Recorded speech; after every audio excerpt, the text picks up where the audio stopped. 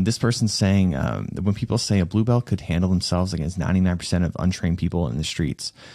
So basically what they're saying is that if you're a blue belt, you can handle the majority of people on the streets fighting, right? So this is my take on this.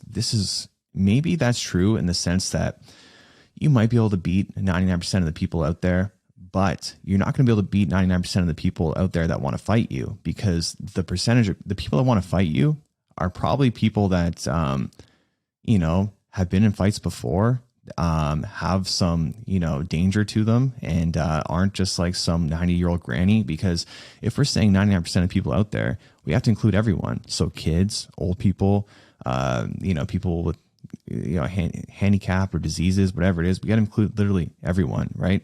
But those people aren't going to fight you. If you go somewhere and someone wants to fight you, I guarantee that person's been in a fight before, and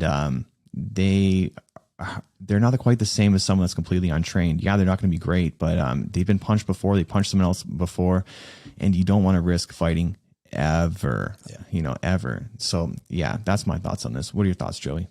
I think there's a really interesting distinction that has to be made here. The statement of like a blue belt would beat 99% of people in the streets is incorrect. What I would say is true is a blue belt could beat 99% of the people in the streets.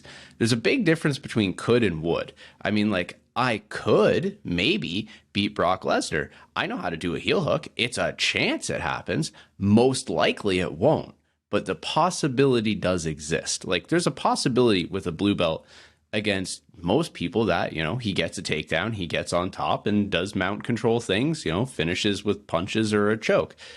Doesn't mean that's gonna happen every time. And like you said, like, avoid fights, because just because you could beat someone doesn't mean you would beat someone. Like, the best people in the world lose.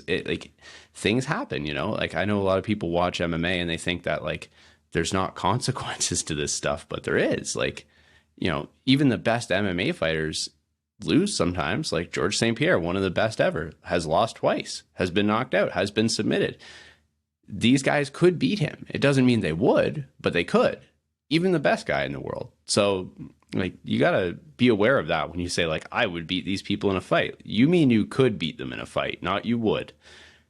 Yeah, as a blanket statement, I disagree with it as well. You could have a 65-year-old blue belt that just got their blue belt. So they are in this analogy, and they could go against a 6'4" ex-hockey player that knocks the shit out of him in about 5 seconds, before he has a time to even start to think about a takedown. So yeah, I disagree with that statement. I think we have, as a blue belt, I think I have a better chance than somebody who has never trained, but I don't think I could take 99% of people on the street for sure. Yeah, and then look at who is going to be provoking the fights, trying to start fights. These people might have knives and guns and stuff like that, or friends. They might be like mentally unstable. Yeah, mentally unstable on substances that numb their pain receptors and stuff like that. There's so many factors, and again, because I think it's so important, we need to differentiate too, that who is going to try to fight you on the streets. Again, it's not the grannies, it's not the unintimidating people. It's the people that actually can cause issue.